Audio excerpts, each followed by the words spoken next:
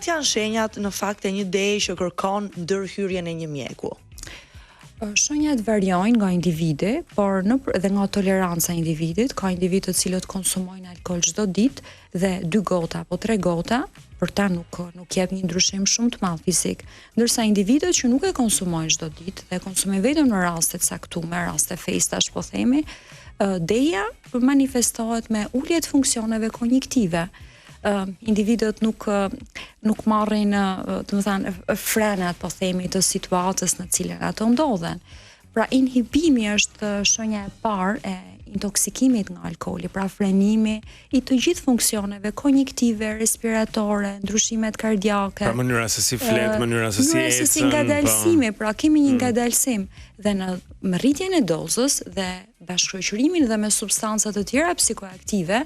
Pastaj kemi kalimin në anën tjetër të medaljes, kemi agresivitetin, nervozizmin, deri në dhunë fizike, pra janë pacientët, individ të cilët nuk e menaxhojnë, po themi, këtë konsumim, këtë rash adrenalinet, dopaminet që ka, apo neurotransmetues tjerë që janë në efektin e dozave shumë të mëdha të alkoolit. Patjetër.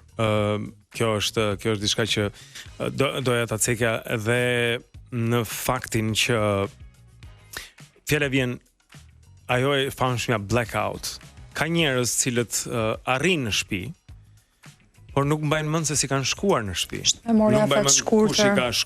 Pra, është e vërtetë ajo që ndodh se truri në mënyrë që të shpëtojë jetën në atë moment fik regjistrimin. Nuk regjistron më për të përqendruar forcat që i kanë mbetur tek të paktën ta çoj gjallë deri në shtëpi. Është një lojë më e madhe në fakt përsëri kimike, neurotransmetuesve, por në fakt kena blackoutin, kena humbjen e memorjes, qoftë për mekanizma mbrojtës, qoftë edhe si pasojë e konsumimit shumë të madh të alkoolit, pra substancave toksike metabolitëve të alkoolit që qarkullojnë në organizëm. Për kufizuar shkurt, do të thotë që nëse ke një blackout, ti e di që e ke tepruar.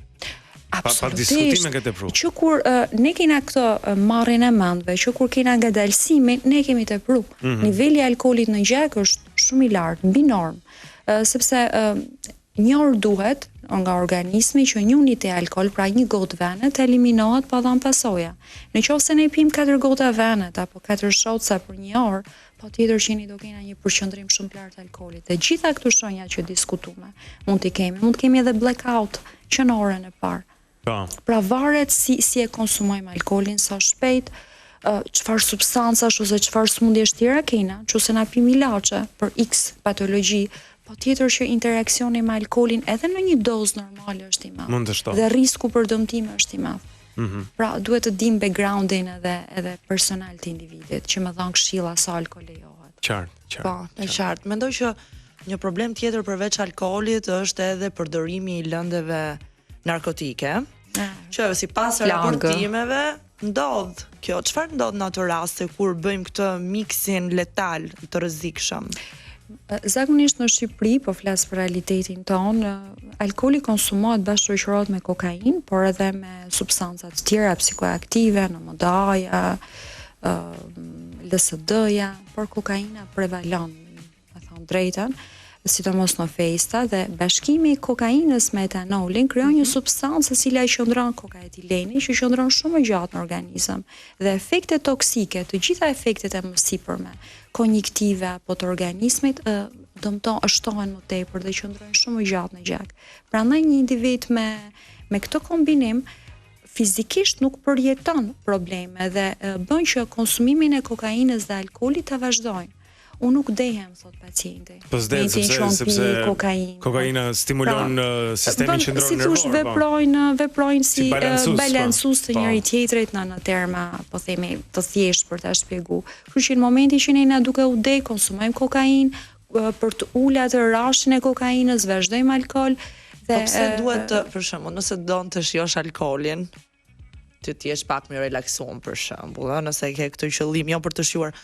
Edhe kokaina pastaj ta ulur, nuk e kuptoj pse duhet të jesh mos pi as njërën as tjetrën, pse duhet ta balancosh të fikësh njëra tjetrën. Unë them të gjithë na kërkojmë ato droga tona në thojza dhe e mirë është me gjetë një drogë shëndetshme si ky diskutim që na po bëjmë, është secili don një substancë për me gjetë kënaqësinë dhe për fat keq jo të gjithë arrin me zgjall në mënyrë të shëndetshme. Shpeshherë bim në atë hendekun e substancave. Është mënyra më e thjeshtë për më e thjeshtë për si thosh me gjetë një kënaqësi short term, një kënaqësi shumë të shkurtër dhe me një intensitet shumë të madh, se sa të lodhena, se sa të investojmë në marrëdhënie shoqërore për shembull, të marrim atë feedbackun e kënaqësisë ka një diskutim. Ne jena shoqëri jo vetëm shqiptare, po besoj fenomen botror që kërkojmë kënaqësi e fat shkurtër. Dhe substancat, alkooli, për fat keq e ofron këtë. Me një kosto shumë të madhe, evazionin, hikjen nga realiteti për disa çaste. Shpeshherë kërkojmë për me shpëtu realitetit. Përmend në filmin Avokati i Djallit, djalli luajtur nga Al Pacino, ndërsa i bën atë monologun këtij thotë është ajo vija e parë e kokainës, thotë që edhe ajo ideja që krijohet e një lumturi, e një gjendje të pa provuar ndonjëherë, dhe pastaj kjo fillon të kthehet në një rutinë shkatruese, me thënë drejtën për njeriu. Se unë nuk njoh asnjë përdorues kokainoman që heq një jetë normale apo që ja del deri në fund që të jetojë normalisht. Shiko, përsa ku ne substanca dhe kokaina, me që po e përmendim, është substancë që na komandon jetën. Sa po ne të fillojmë ta konsumojmë në mënyrë të rregullt. Një gjë që të komandon jetën patjetër nuk flasim më për cilësi jetës. Je bësh skllav i saj. Ne na të varëm prej saj. Kështu që kjo është sfida më e madhe sot në botë. Prandaj edhe është abuzimi me substanca është smundja e shekullit bashkë me shëndetin mendor, pra bashkëshoqërimin me problemet e shëndetit mendor janë sfidat e këtij shekulli, mendoj do jetë edhe në vazhdim, sepse po normalizohet konsumimi i substancave. Sot nuk e quajmë problem barin, kur pyes pacienta edhe shumë të ri, i them konsumon diçka, jo, nuk konsumoj bar, pra hashashi, kanabisi është normalizuar. Alkooli është krahasohet me drograt e forta ose kokainën unë e pi sepse unë kam mundësi ta pi. Pra kena filluar mi pa substanca si një pjesë të rutinës të normalitetit ton, pa ditë dhe pa informu sakt për pasoja. Është e vërtet që ka një epidemi të përdorimit të kokainës në Shqipëri në këtë momente? Për fat keq problem. Përdorim super masiv, domethënë. Po. Pacientat më thonë, doktoresha, ti nuk e din sa pihet në Shqipëri. Për fat tash e kam mësuar sa pihet, sepse është një refren që është një refren që janë për ditë, edhe disa herë në ditë nga pacient nga qytete të ndryshme, jo vetëm Tirana. Pra shohim prevalencë në vende që nuk ta merr mendja që mund të jetë aksesi kokainës. Kështu që është menduar që janë meshkujt kryesisht, si më të hedhur e pak më të guximshëm edhe që njohin shokët të çunat që ta sjellin e këto. Po vajzat? Po meshkujt me femra të finë.